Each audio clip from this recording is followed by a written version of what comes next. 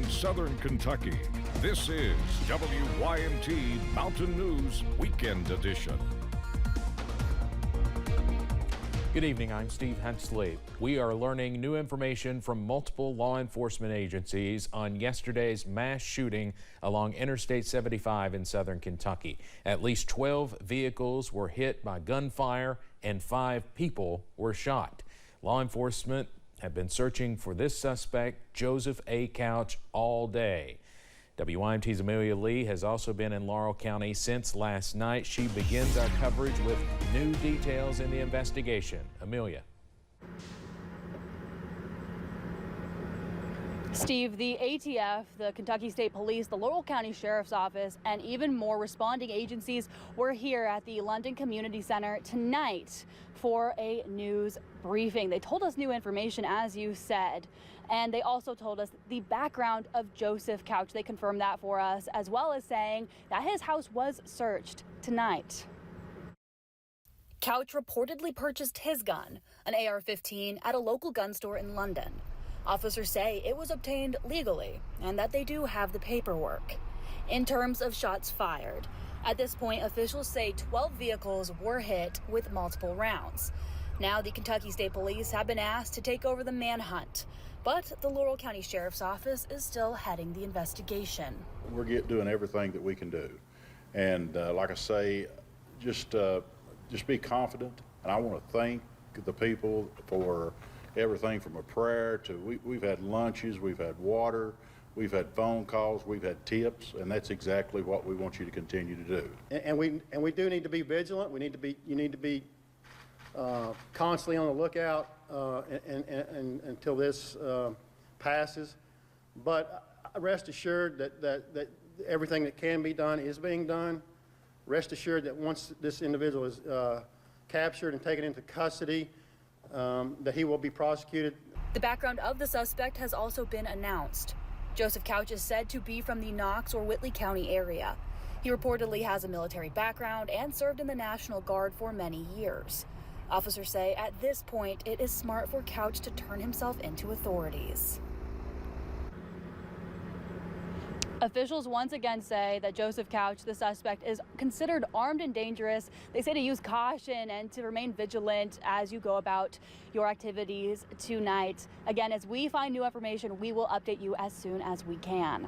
In Laurel County, Amelia Lee, WYMT Mountain News. Amelia, thank you very much. We also want to let you know, in case you missed the news conference earlier, the latest one at 9 o'clock. It was a rather lengthy one, and several new tidbits of information came out in that news conference. We have just uploaded the entire thing to our website. You can also see the special reports from earlier today, all of that on our website and WYMT News app. Now, first responders say they were overwhelmed with support since the search for the active shooter began. Numerous people, as Amelia mentioned, have donated water, food, and supplies for them. WYMT's Phil Pendleton has more on their generosity, and he continues our team coverage. Appreciate you guys. Thankful people were all around the Laurel County Emergency Operations Center Sunday, along with a lot of food, a lot. And just maybe that's an understatement. I think I'm proud. It's really amazing to be part of this community. The building that we're at is kind of off the beaten path, as you know, and it's amazing all the cars here.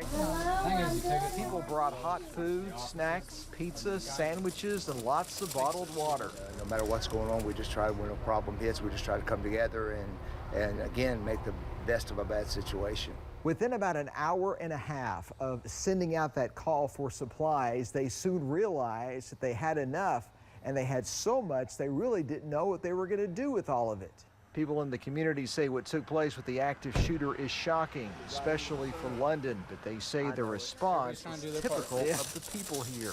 Unfortunately, we're seeing this too much, and I've got 3 kiddos, and I don't know what the answer is, but I know that it's incredibly shocking and terrifying when it's in your own backyard. What is amazing and what is so Christ-like is that when I came to deliver when we came to deliver our food and supplies that others have already delivered and more were coming. And so to me, it just, I don't know, it just lets you know that there's still wonderful people in the world that still love Jesus and still want to be his hands and feet. Emergency management officials say they already have a plan Monday to feed and take care of the first responders working the scene. In Laurel County, Phil Pendleton, WYMT Mountain News. Now, while police are not searching through the night in the dark for the suspect, we are told that officers and deputies are maintaining a presence in that area. Again, that's about 8 miles north of London off the interstate at exit 49. They're going to be there through the night.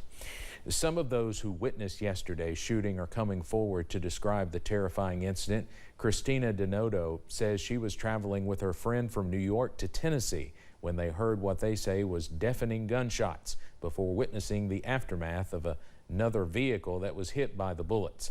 She says no one expects such a situation on the roadways. And there was a white truck that was next to us in the right-hand lane, and all of a sudden he slowed down and he pulled off to the shoulder, and we thought maybe it was his tire had blown out or something, but it was much louder than a tire blowing out. And it was just so loud and so scary. Both Denoto and her passenger were not hurt. Congressman Hal Rogers provided a new statement tonight regarding the shooting in Laurel County. He said, quote, "Our first responders have been working around the clock now for more than 24 hours to locate the suspect accused of turning I-75 in Laurel County into a dangerous firing range on Saturday, injuring 5 people. Thankfully, local police have confirmed that no further shots have been fired today, and all the shooting victims are in stable condition. I also want to applaud all the unsung heroes who aided victims before first responders arrived on the scene. The semi-truck drivers who surrounded school buses to protect our students stuck on the interstate for hours, and those who have donated water and food to the Central Command Post to support our brave first responders. The hope and strength of southeastern Kentucky is shining bright once again in the midst of this dark hour." Yesterday's mass shooting not only impacted drivers on the interstate, but those in surrounding communities as well. Maggie Rickerby explains.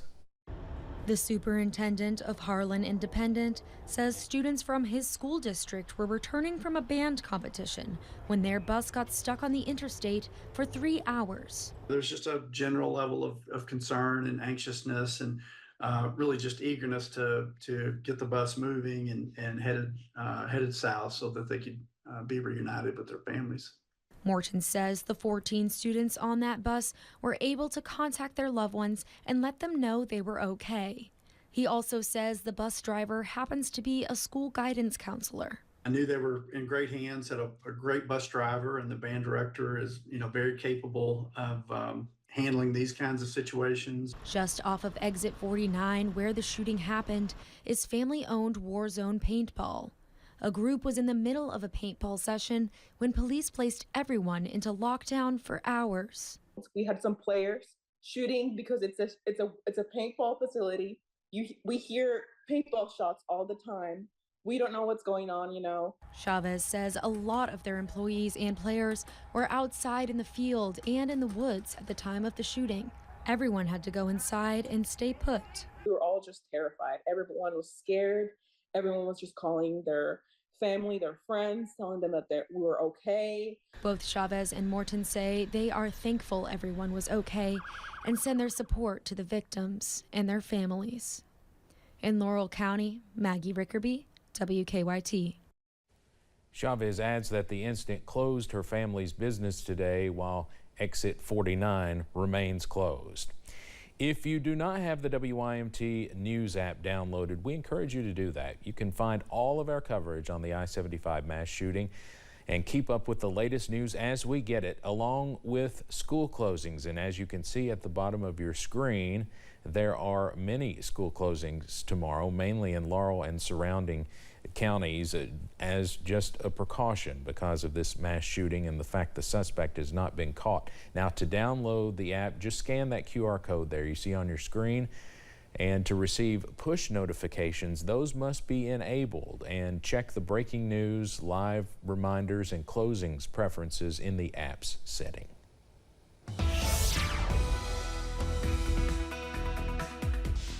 Well, the weather's been quite calm today, not a cloud in the sky, and temperatures really haven't been too high at all. If we look at our observed highs for today, only got into the low 70s, 73 in Somerset, 73 in Manchester, 72 in Hazard. Pikeville didn't even break the 70 mark today, and neither did Wise, sitting at 66.